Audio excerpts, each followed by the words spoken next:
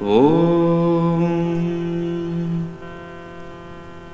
ಶುಕ್ಲಾಂಬರಧರಂ ವಿಷ್ಣುಂ ಶಶಿವರ್ಣಂ ಚತುರ್ಭುಜಂ ಪ್ರಸನ್ನವದನಂ ಧ್ಯಾಯೇತ್ ಸರ್ವವಿಘ್ನೋಪಶಾಂತಯೇ ಯಸ್ಯ ದ್ವಿರದವಕ್ತ್ರಾದ್ಯಾಃ ಪಾರಿಷದ್ಯಾಃ ಪರಶ್ಶತಂ ವಿಘ್ನಂ ನಿಘ್ನಂತಿ ಸತತಂ ವಿಶ್ವಕ್ಸೇನಂ ತಮಾಶ್ರಯೇ ನಾರಾಯಣಂ ನಮಸ್ಕೃತ್ಯ ನರಂ ಚೈವ ನರೋತ್ತಮಂ ದೇವೀಂ ಸರಸ್ವತೀಂ ವ್ಯಾಸಂ ತತೋ ಜಯಮುದೀರಯೇ ವ್ಯಾಸಂ ವಸಿಷ್ಠನಪ್ತಾರಂ ಶಕ್ತೇಃ ಪೌತ್ರಮಕಲ್ಮಷಂ ಪರಾಶರಾತ್ಮಜಂ ವಂದೇ ಶುಕತಾತಂ ತಪೋನಿಧಿಂ ವ್ಯಾಸಾಯ ವಿಷ್ಣುರೂಪಾಯ ವ್ಯಾಸರೂಪಾಯ ವಿಷ್ಣವೇ ನಮೋ ವೈ ಬ್ರಹ್ಮನಿಧಯೇ ವಾಸಿಷ್ಠಾಯ ನಮೋ ನಮಃ ಅವಿಕಾರಾಯ ಶುದ್ಧಾಯ ನಿತ್ಯಾಯ ಪರಮಾತ್ಮನೇ ಸದೈಕರೂಪರೂಪಾಯ ವಿಷ್ಣವೇ ಸರ್ವಜಿಷ್ಣವೇ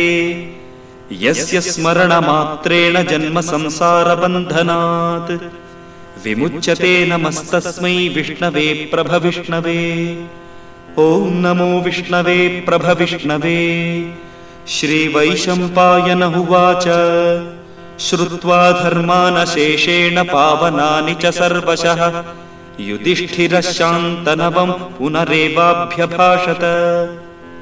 ಯುಧಿಷ್ಠಿರ ಉವಾಚ ಕಿಮೇಕಂ ದೈವತಂ ಲೋಕೆ ಕಿಂ ವಾಪ್ಯೇಕಂ ಪರಾಯಣಂ ಸ್ತುವಂತಃ ಕಂ ಕಮರ್ಚಂತಃ ಪ್ರಾಪ್ನುಯುರ್ಮಾನವಃ ಶುಭಂ. ಕೋ ಧರ್ಮಃ ಸರ್ವಧರ್ಮಾಣಾಂ ಭವತಃ ಪರಮೋ ಮತಃ ಕಿಂಜಪನ್ಮುಚ್ಯತೆ ಜಂತುರ್ಜನ್ಮ ಸಂಸಾರ ಬಂಧನಾತ್.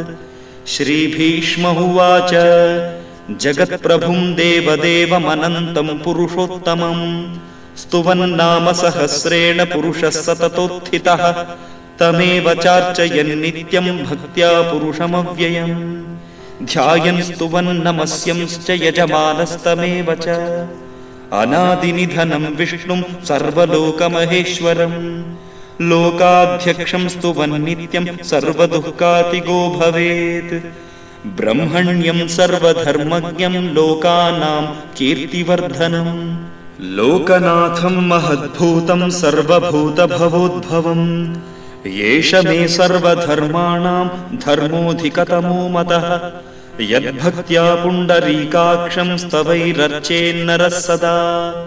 ಪರಮಂ ಯೋ ಮಹತ್ತೇಜಃ ಪರಮಂ ಯೋ ಮಹತ್ತಪಃ ಪರಮಂ ಯೋ ಮಹದ್ಬ್ರಹ್ಮ ಪರಮಂ ಯಃ ಪರಾಯಣಂ ಪವಿತ್ರಾಣಾಂ ಪವಿತ್ರಂ ಯೋ ಮಂಗಳಾನಾಂ ಚ ಮಂಗಳಂ ದೈವತಂ ದೇವತಾನಾಂ ಚ ಭೂತಾನಾಂ ಯೋ ವ್ಯಯಃ ಪಿತಾ ಯತಃ ಸರ್ವಾಣಿ ಭೂತಾನಿ ಭವಂತ್ಯಾದಿಯುಗಾಗಮೇ ಯಸ್ಮಿಂಶ್ಚ ಪ್ರಳಯಂ ಯಾಂತಿ ಪುನರೇವ ಯುಗಕ್ಷಯೇ ತಸ್ಯ ಲೋಕಪ್ರಧಾನಸ್ಯ ಜಗನ್ನಾಥಸ್ಯ ಭೂಪತೆ ವಿಷ್ಣೋರ್ನಾಮ ಸಹಸ್ರಂ ಮೇ ಶೃಣು ಪಾಪಭಯಾಪಹಂ.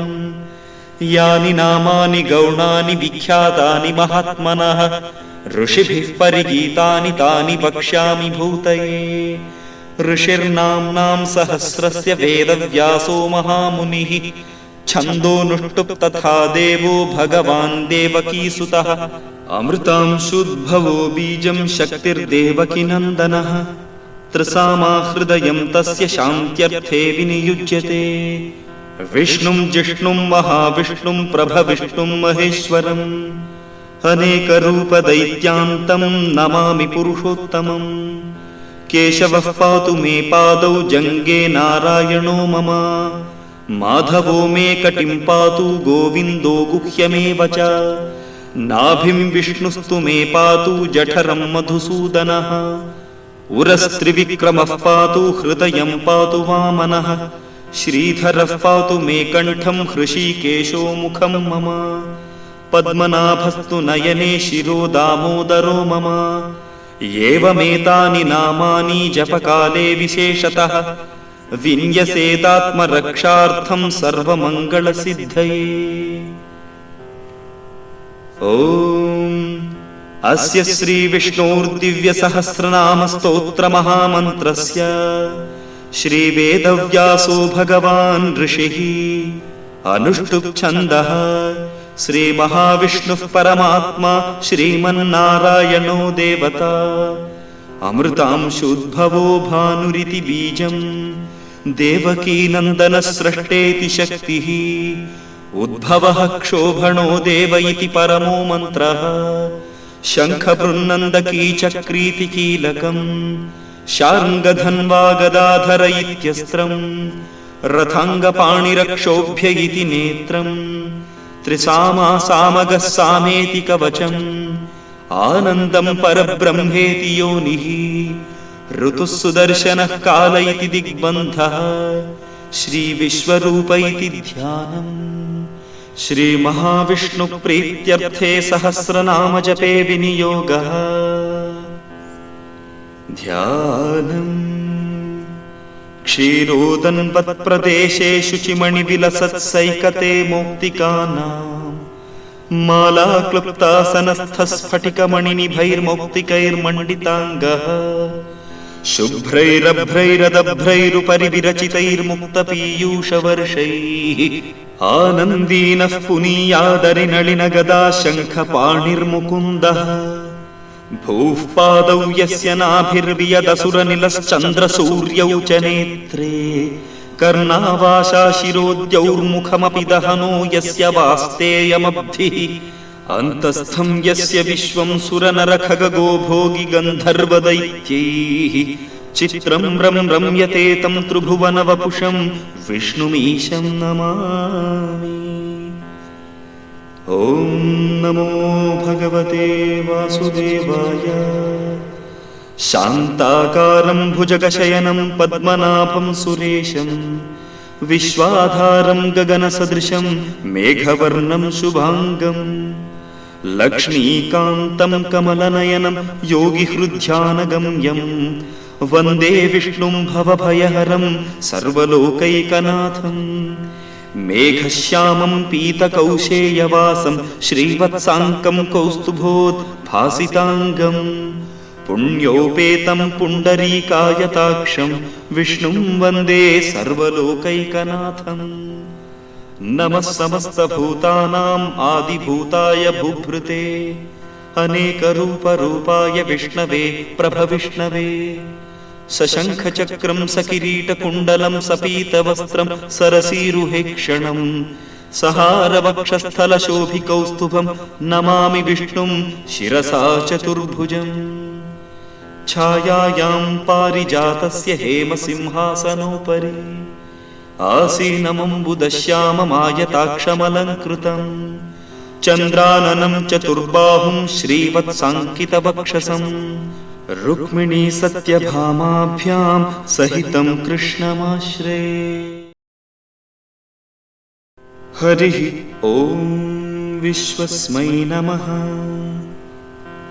विश्वं विष्णुर्वषट्कारो भूतभव्यभवत्प्रभुः भूतकृद्भूतभृद्भावो भूतात्मा भूतभावनः पूतात्मा परमात्मा च मुक्तानां परमागतिः अव्ययः पुरुषः साक्षी क्षेत्रज्ञोऽक्षर एव च योगो योगविदां नेता प्रधानपुरुषेश्वरः नारसिंहवपुः श्रीमान् केशवः पुरुषोत्तमः सर्वशिवस्थाणुर्भूतादिर्निधिरव्ययः सम्भवो भावनो भर्ता प्रभवः प्रभुरीश्वरः स्वयंभूः शम्भुरादित्यः पुष्कराक्षो महास्वनः अनाधिनिधनो धाता विधाता दातुरुत्तमः अप्रमेयो हृषीकेशः पद्मनाभोऽमरप्रभुः विश्वकर्मा मनुस्त्वष्टा स्थविष्ठस्थविरो ध्रुवः अग्राह्यः शाश्वतः कृष्णो